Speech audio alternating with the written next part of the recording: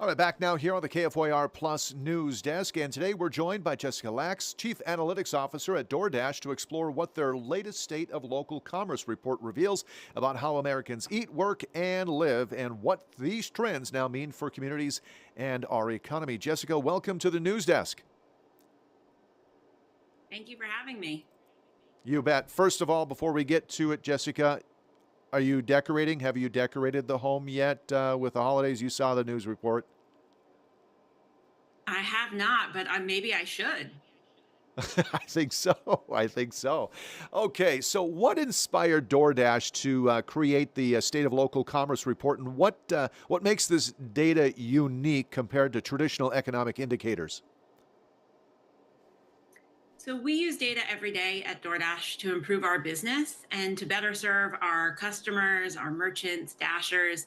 And so we put together this State of Local Commerce report to share what we're seeing. It's our first comprehensive look at local economic activity across the US using hundreds of millions of real world transactions from the DoorDash platform. And it's capturing how people in cities across the US are actually spending, where businesses are opening and closing, how work is changing, and how communities are evolving. Yeah, what a great way to get information, right? I think it's a really smart idea. Thanks. We're really excited to be able to release this information for the first time. So, where are you seeing affordability improve most, and what factors are driving that change? So we've created a number of new indicators, things like the breakfast basics index and everyday essentials. One of my favorites is the cheeseburger index. And these are meant to translate complex price data into relatable everyday measures of affordability. So you can see city to city how affordability changes and which are the most affordable cities. Okay, 93% of local restaurants remain open after a year. What strategies are you seeing that are helping them thrive despite some economic uncertainty? We all know the big T word, tariffs, is that, and of course the price of beef these days. It's really a testament to the hard work of business owners across the country and in Bismarck to keep their doors open.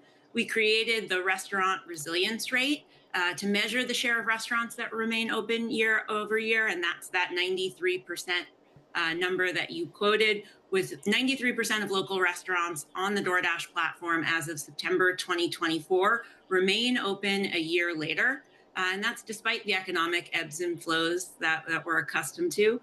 Midwestern cities, including Lincoln, Nebraska, are topping the list, but highly resilient cities span the country from California to the East Coast.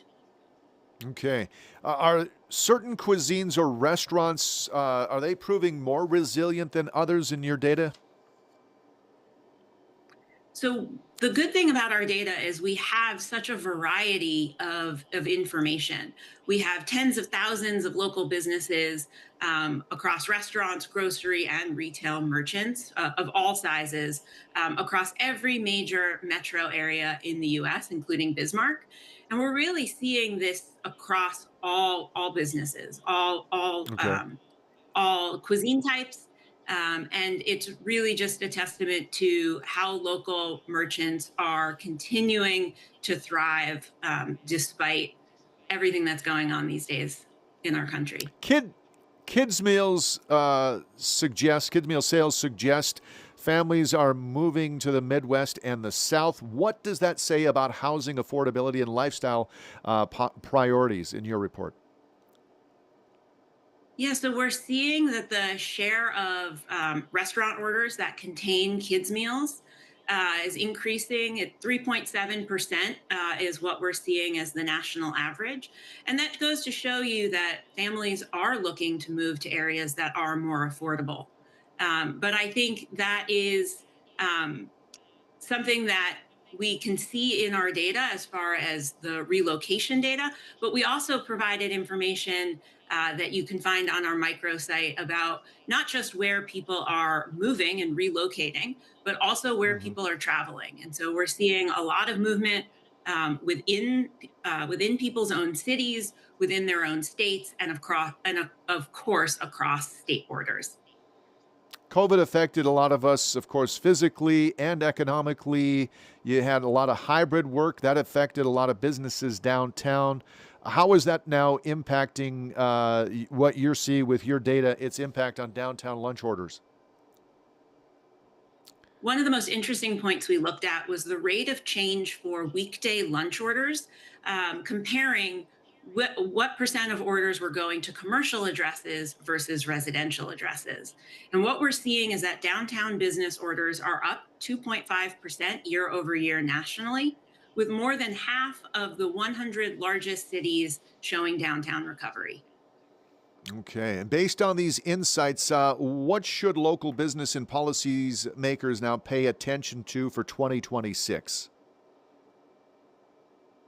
I think what's unique about our data is that we're providing a city level context at a time when Mhm. some of the national economic data can miss these local realities. And so I would encourage folks to take a look at the granular detail to understand how things are looking at a city level versus a national level. But even knowing that, city averages do not reflect the individual experience that many folks are having. And so while it's great to be able to look at the city level granularity, it definitely doesn't tell the full picture for all Americans across the country.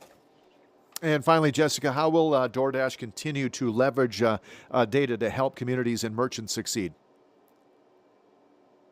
Well, as long as I have a job, we are going to be using this data to improve not just our business, but the businesses of local merchants and to be able to better serve our consumers and provide more earnings opportunities for Dashers. Some pretty good information you got there, Jessica Lax, Chief Analytics Officer at DoorDash. Thank you so much for your insight today. Sure appreciate it. Thank you. Thank you. All right, 8 minutes after the hour, let's take a break. We're right back here with more headlines next.